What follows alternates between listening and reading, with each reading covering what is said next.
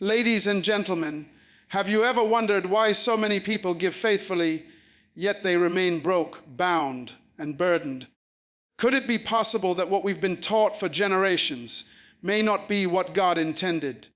Today, we're about to uncover a truth that will shake the very foundation of religious tradition. This is not about opinion. It's about revelation. It's about the difference between law and freedom. Stay with me, because what you hear today could transform the way you view giving forever. The hidden truth behind tithing is something that has been buried for centuries under layers of tradition, culture, and religious practices. But my friend, truth can never be hidden forever. When you look closely at the scriptures, when you separate revelation from ritual, you begin to see that what many people call tithing today is not what God originally intended. We've been told that giving 10% is the key to unlocking blessings. We've been told that if you don't tithe, you are cursed. We've been told that God demands it as if he were a tax collector. But the shocking truth is that system was never meant for the people of the kingdom under grace. It was a requirement of the law given to Israel, not a principle of life for God's sons and daughters today. Think about it. Why is it that millions give their tithe faithfully, yet still live under financial strain? Why is it that some tithe for years, yet never experience true overflow? If tithing was the golden key, then why are churches filled with struggling members who give out of fear, guilt, or religious duty? Could it be that we've misunderstood God's plan for giving? Could it be that we've held on to tradition while missing the heart of God? The hidden truth is this: tithing as practiced today has become more of a ritual than a revelation. God never intended giving to be a law that binds you. He designed it to be a principle that frees you. You see, the law of the tithe was connected to the temple, to the Levites, to a system that was fulfilled and completed. Once the greater covenant was established, that shadow was no longer needed. Yet, many are still carrying the shadow, not realizing the light has already come. This is why people remain frustrated, because they are trying to live in freedom by practicing law. Now, don't misunderstand. Giving is a kingdom principle. Generosity is a divine standard, and sowing and reaping are eternal laws. But here's the difference. God never asked you to give under compulsion. He never asked you to give out of fear. He never asked you to calculate 10% as if you were paying a bill. He asked you to give out of love, out of gratitude, out of obedience to his Spirit. That's the truth that sets you free. So when we peel back the layers, we realize tithing, the way it's preached today, is not a requirement of kingdom citizens. It's time to break the chains of ritual and walk into the freedom of principle. The shocking truth is, you were never called to be a slave to numbers. You were called to be led by the Spirit. And once you understand that, you'll never give the same way again. But if tithing as we know it was never the key, then what replaces it? If it's not about 10%, then what exactly does God expect from us when it comes to giving? That's where we must uncover the danger of letting tradition replace truth. Are you ready for that? When tradition replaces truth, people become slaves to systems instead of sons in the kingdom. Tradition has power, yes, it shapes cultures, it molds thinking, and it creates habits. But tradition without truth becomes a prison. It keeps people locked in cycles that God never designed. That's why so many give, not because the Spirit of God has moved in their heart, but because tradition demands it. And the danger of tradition is this: it makes people comfortable in error. It convinces them that repetition equals righteousness. But my friend, repetition of a lie never makes it the truth. Think for a moment, how many people have been told all their lives, you must tithe or you will be cursed? They've repeated it, they've believed it, they've lived under its weight. But ask yourself, if Christ became the curse for us, how could a curse still bind you? If he fulfilled the law, how can we still be required to carry its demands? Tradition blinds the eyes, it deafens the ears, it hardens the heart to the revelation of grace. That's why some sit in churches for decades and never experience the joy of true giving, because they are motivated by fear, not love. Tradition is powerful because it is passed from one generation to another without question. Parents taught it to their children, pastors taught it to their members, leaders enforced it on their congregations. And now, millions follow it, not even asking if it aligns with the freedom of the kingdom. The words of men became more important than the revelation of God. But hear this clearly, tradition can never replace revelation. It can never substitute for truth. It can never bring you into the fullness of God's blessing. God never called you to follow tradition. He called you to follow His Spirit. He never intended for you to be bound by rituals. He designed you to walk in relationship. That's why truth must always take precedence over tradition. Because truth liberates, tradition manipulates. Truth empowers, tradition enslaves. Truth is eternal, tradition is temporary. And when you choose tradition over truth, you limit yourself from experiencing the freedom of the kingdom. The question is, are you willing to challenge what you've been taught? Are you ready to look at the word with fresh eyes and ask, is this really what God said, or is this just what I was told? Because if you dare to confront tradition, you will discover a new dimension of freedom. You'll begin to give, not because of pressure, but because of passion. You'll begin to sow, not because of fear, but because of faith. And that shift will change everything about how you view giving. So the danger is clear. When tradition replaces truth, deception takes the place of revelation. But then comes the deeper question. If tradition is not truth, then what governs us? Is it law or is it grace?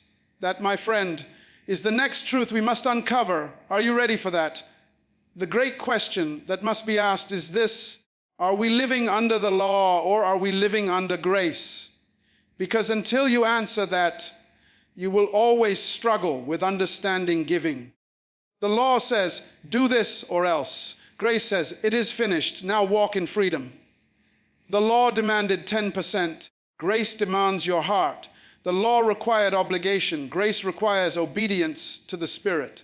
So the question is, which one governs your life today? Are you still trying to please God through the requirements of the law, or are you resting in the finished work of Christ? When you study the law, you discover it was never designed to bring life. It was designed to expose sin. It was a shadow pointing to something greater, a mirror revealing our need for redemption. The law demanded sacrifices, offerings, rituals, and tithes, but grace came and fulfilled every demand. Grace is not about numbers. Grace is about relationship. Grace doesn't ask you to pay a tax. It asks you to give yourself completely. The danger is when people mix the two, trying to live under grace while still holding on to the law. That's why confusion exists, because you cannot serve two covenants at the same time. Ask yourself, if Christ fulfilled the law, then why are we still clinging to parts of it? If His blood completed the covenant, why are we still operating in fragments of a system that was nailed to the cross? That's why many feel burdened when they give, because they are giving out of law, not grace. And law will always drain you, but grace will always empower you. Law leaves you empty, but grace fills you with joy. Law demands what you owe. Grace inspires what you love. That's the difference. And it is a difference that transforms everything. The law said, you must. God says, you can. The law said, give or be cursed. Grace says, give because you are already blessed. The law counted 10%. Grace counts the condition of your heart. And until you settle this in your spirit, you will always see giving as a burden instead of a blessing. God does not want slaves of the law. He wants children of grace. He doesn't want your ritual. He wants your relationship. That's why grace governs the kingdom. not law. Because where the Spirit of the Lord is, there is liberty, there is freedom, there is joy in giving. So the dividing line is clear. You must choose. Will you live under the law or will you live under grace? One brings bondage, the other brings freedom. One demands duty, the other inspires devotion. One makes you a servant, the other makes you a son. And once you understand that shift, you will never approach giving the same way again. But if grace sets us free, then why is it that so many people still struggle financially even when they give? Could it be that giving under grace is more than money? Could it be about aligning with the kingdom's economy itself? That's the next revelation we must uncover. Are you ready for that? Why is it that so many people give faithfully, yet they still struggle? Why is it that year after year they drop their tithe into the basket, but their debts remain, their businesses fail, and their homes are filled with lack? Could it be that the problem is not in the act of giving, but in the motive behind it? Could it be that many are giving to a system instead of giving to God? This is the painful reality. People are giving, but still struggling because they are operating under obligation, not revelation. When you give out of fear, the seed is corrupted before it ever touches the ground. When you give out of guilt, the blessing is robbed before it ever reaches your hand. When you give because you were pressured, manipulated, or threatened, then you are no longer giving by faith, you are giving by force. And the kingdom does not respond to force, the kingdom responds to faith. That's why so many have been left empty, frustrated, and disappointed, because they gave expecting a return on tradition, instead of sowing into the principles of the kingdom. Now listen carefully. Giving was never designed to be a formula. It was never meant to be a mechanical ritual where you put in 10% and expect God to spit out blessings like a machine. No, giving is a relationship. Giving is a reflection of your trust in the King. It is not about how much you release. It is about how much of your heart is in it. You can give thousands and still struggle if your giving is rooted in fear. But you can give with joy, with faith, with love, and watch the windows of heaven open, not because of numbers, but because of obedience. The truth is, struggle continues when people misplace their faith. They put their faith in a ritual instead of putting their faith in the God of abundance. They put their trust in percentages instead of trusting in the King's provision. That is why the struggle never ends, because the heart was never aligned with the kingdom. The principle of giving is not about the money leaving your hand. It's about the faith behind it, the obedience behind it, the alignment with God's will. Without that, giving becomes empty, and empty giving produces empty results. So let me ask you, why give and still struggle? Why obey a system that was never meant to govern your life under grace? Why follow tradition when truth is available? It's time to break free from religious obligation and enter into kingdom revelation. Because when you give by principle, you will never be in lack. But if giving under tradition produces struggle, then what is the kingdom's true economic system? If God's people are not called to live under the world's financial rules, then how does the kingdom really work? That's the secret we must unlock next. Are you ready to discover it? There are two systems at work in this world: the economy of religion and the economy of the kingdom. The religious system tells you that if you do the ritual, if you pay the tithe, if you check the box, then blessings will come. But the kingdom economy operates differently. It is not built on obligation. It is built on alignment. The kingdom does not operate on percentages. It operates on principles. The world's economy can rise and fall. Banks can collapse. Currencies can lose value. But the kingdom's economy never fails because it is not rooted in money. It is rooted in obedience to God's word. This is why so many remain frustrated. They are giving into a religious system, but expecting kingdom results, Religion manipulates, the kingdom liberates. Religion demands, but the kingdom multiplies. The truth is, God never designed his people to depend on the unstable systems of men. He established a government called the kingdom, and in that kingdom, the economy is fueled by trust, obedience, and faith.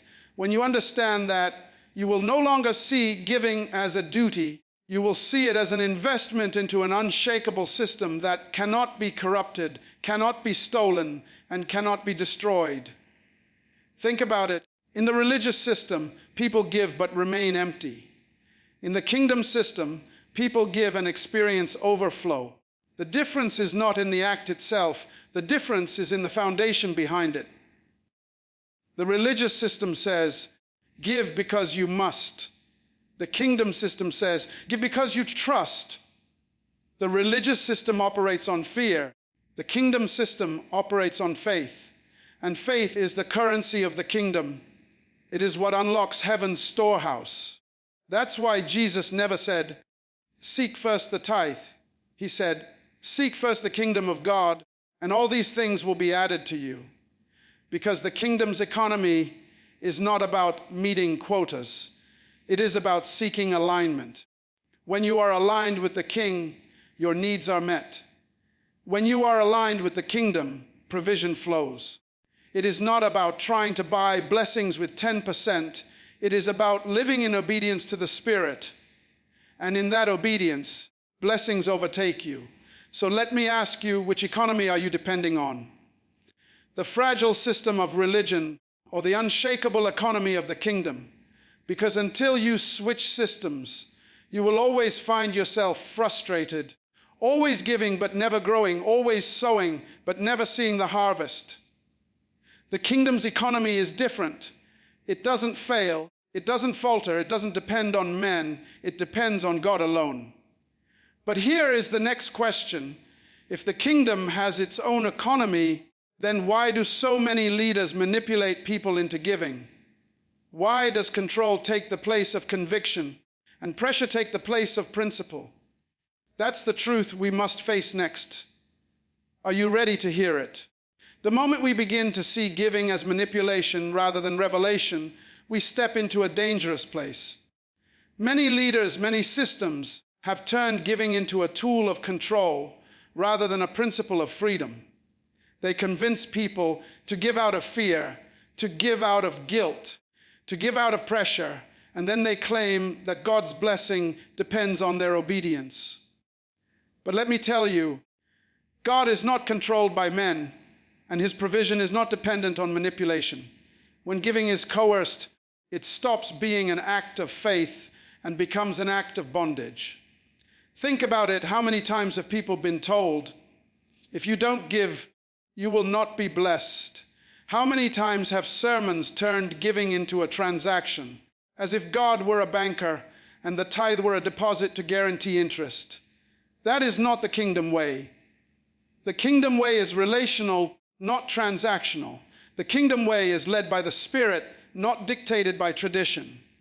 When manipulation enters the act of giving, it robs both the giver and the receiver of the true power of God. It turns obedience into obligation, faith into fear, and generosity into guilt. The truth is, manipulation creates a counterfeit form of giving. People give, but their hearts are not involved. They give, but their faith is not engaged. They give, but their lives remain unchanged. And the problem is not in their giving. The problem is in the system that deceives them into thinking that God's favor can be purchased. That is why so many leave the church disappointed, frustrated, and empty-handed, thinking they failed, when in reality, they were never given the truth. The real principle of giving is not about pressure. It is about purpose. It is about understanding that God measures your heart, not your wallet. When you give in the kingdom, you give from freedom, not force. You give because you are aligned with God's principles, because you understand the law of sowing and reaping, because your faith is active. And when you give this way, the blessing follows naturally. It does not need to be promised. It does not need to be threatened. It simply flows. That is why kingdom citizens never give out of manipulation. They give out of revelation, out of understanding, out of obedience that brings life and liberty. So the question you must ask yourself is, where is your giving rooted? Is it rooted in fear, tradition, or obligation? Or is it rooted in faith, alignment, and the principles of the kingdom? Until you understand this, you will always be vulnerable to systems that take, but never give, that demand, but never bless. Giving under manipulation will never produce the life you desire. But if manipulation has been the hidden force behind much of what we call giving, then what is the kingdom principle that guarantees true multiplication? If it is not fear, guilt, or pressure, then what is the secret that releases unstoppable blessing? That is the revelation we must uncover next. Are you ready to discover it? God's standard for generosity is not measured by numbers, percentages, or ritual. It is measured by the condition of your heart, the alignment of your spirit, and the willingness to obey His principles.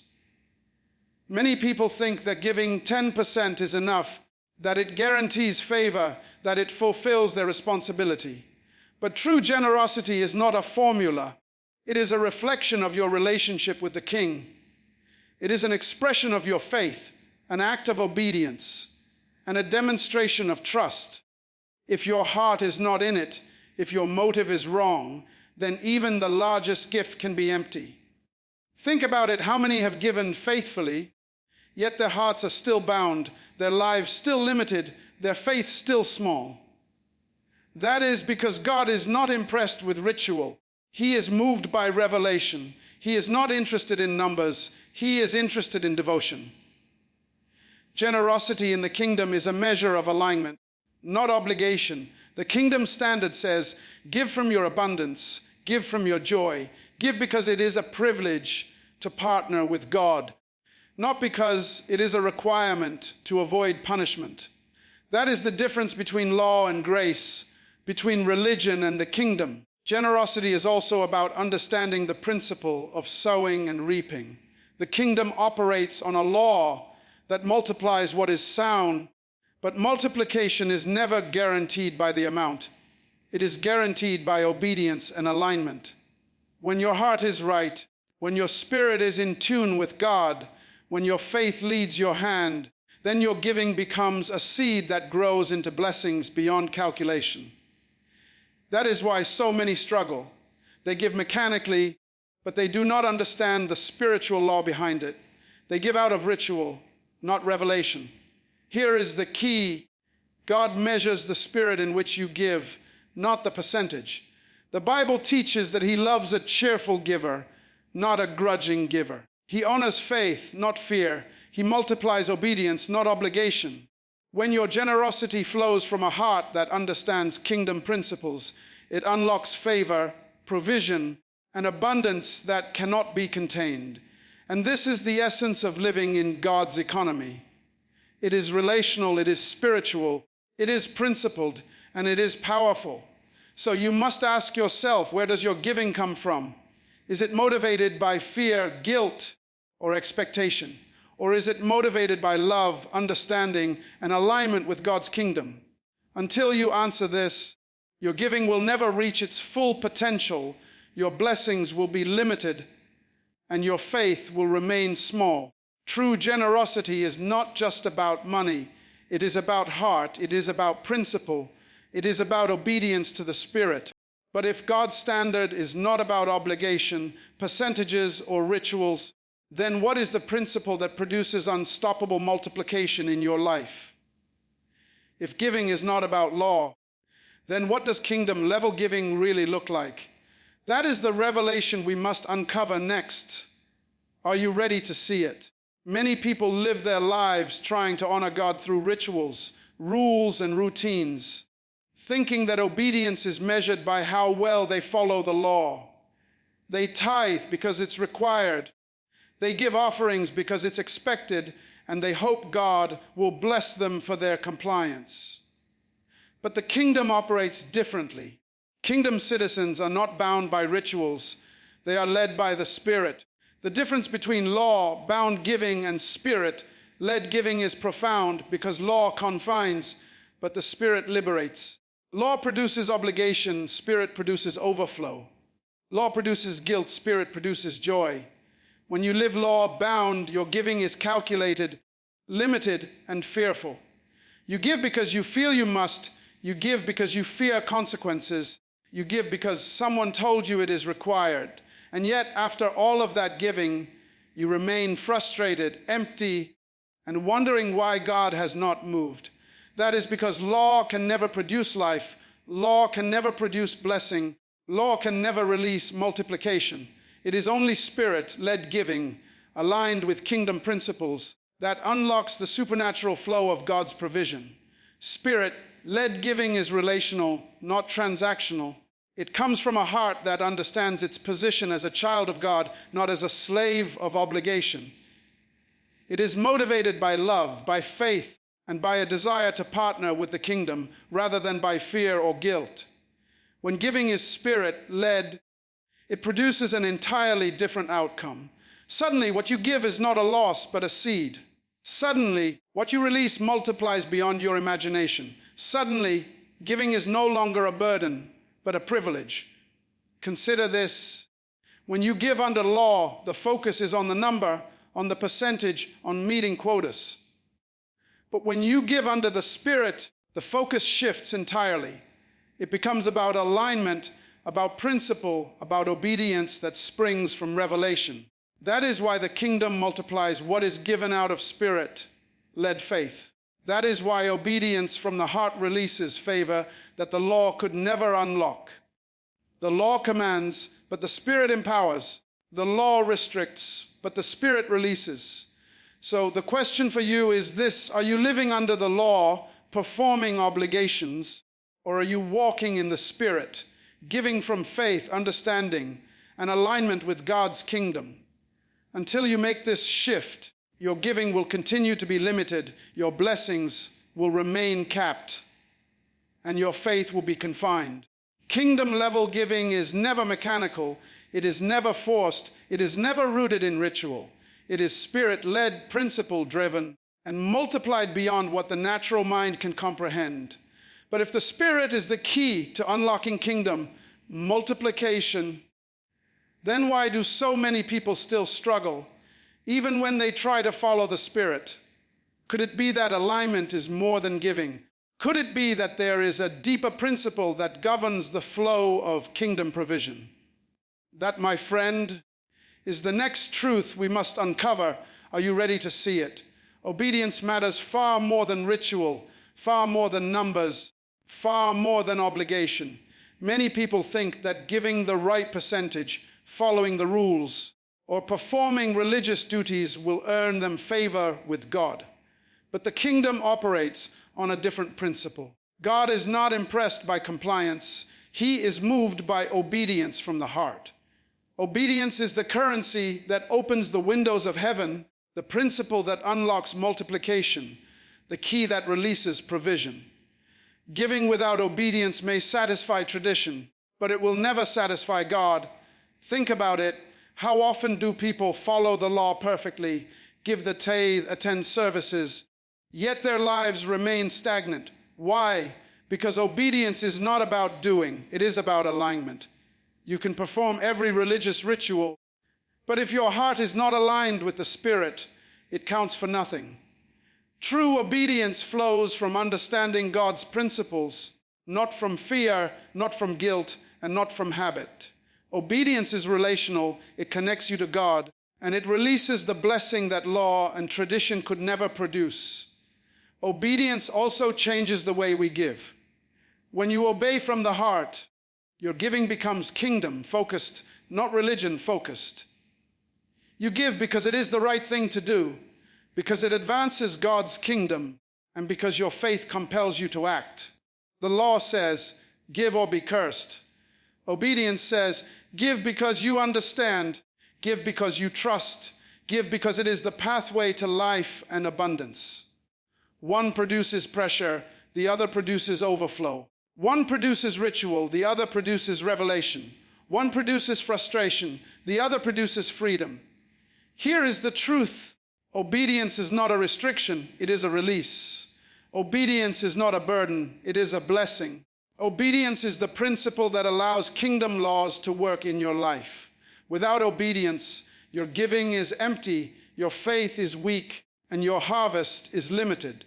But with obedience, doors open, provision flows, and multiplication happens naturally.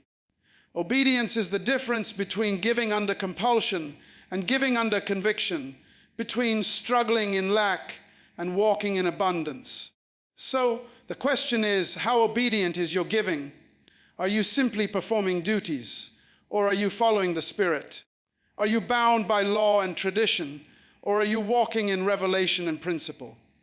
Until you answer these questions, your giving will never reach its full potential, your blessings will remain delayed, and your life will continue to be constrained by limitation. Kingdom obedience is not optional, it is essential, and it is what transforms giving from a ritual into a revelation. But if obedience is the key, then why do so many still misunderstand it? Why do people obey partially, yet wonder why their lives are not transformed? What is the missing element that bridges the gap between obedience and kingdom-level blessing? That, my friend, is the next revelation we must uncover. Are you ready to discover it? The most powerful truth about giving is this: it is not about obligation, it is about position. It is not about law, it is about alignment. And it is not about ritual, it is about revelation. Many people have been trapped in a cycle of giving that produces stress, fear, and frustration because they never understood the principles of the kingdom. They give out of habit, out of pressure, out of guilt, and yet they wonder why their lives have not changed. But the kingdom operates on a completely different system. In the kingdom, giving is relational, principled, and spirit-led. It is about walking in alignment with God's purpose, obeying His revelation, and acting in faith that produces multiplication beyond calculation. When you understand the kingdom, you realize that God does not need your money. God owns it all. Giving is not about satisfying God's needs. It is about demonstrating your faith, exercising obedience, and partnering with His kingdom to see His principles work in your life. This is why giving in the kingdom is so different from tithing under tradition. In tradition, giving is a legalistic requirement. In the kingdom, giving is a demonstration of understanding. It is a reflection of your heart, and it is the evidence of your faith. One produces obligation, the other produces freedom. One produces fear, the other produces joy. True kingdom giving is strategic. It is purposeful. It is not about percentages, it is about principle. It is about aligning your resources, your time, your energy, and your heart with the plans of God. It is about releasing what God has given you into avenues that multiply His purpose, not just satisfy human expectation. And when you give this way, you do not simply receive blessings, you become part of the flow of God's provision. You activate supernatural increase, and you step into the fullness of kingdom authority and inheritance. Many have been misled to think that giving is about sacrifice, but in reality, kingdom giving is about positioning. It is about placing your resources where they can fulfill God's purpose and where they will produce a return far greater than what the natural eye can see. This is why obedience, principle, and spirit-led action are more important than percentages. Because when you give correctly, according to kingdom principle, multiplication happens automatically. It is not forced, it is not earned. It is released through alignment with the Spirit and the truth of God's word. So today, you must ask yourself, are you giving under law, tradition, or obligation?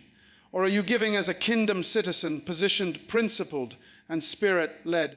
Because the moment you step into kingdom understanding, everything changes. Your giving becomes powerful. Your faith becomes effective. Your harvest becomes unstoppable. You are no longer bound by fear. You are no longer limited by ritual. And you are no longer trapped in a cycle of empty results. The truth is clear The kingdom operates on principle, not obligation. Giving is not about ritual, it is about revelation. It is not about law, it is about alignment. When you give this way, you unlock doors, you release multiplication, and you enter the freedom of true kingdom living. Now is the moment to release your giving from tradition and let it flow as God intended. Because when you understand this, you will never give the same way again. Your heart will be free, your hands will be empowered, your life will be transformed.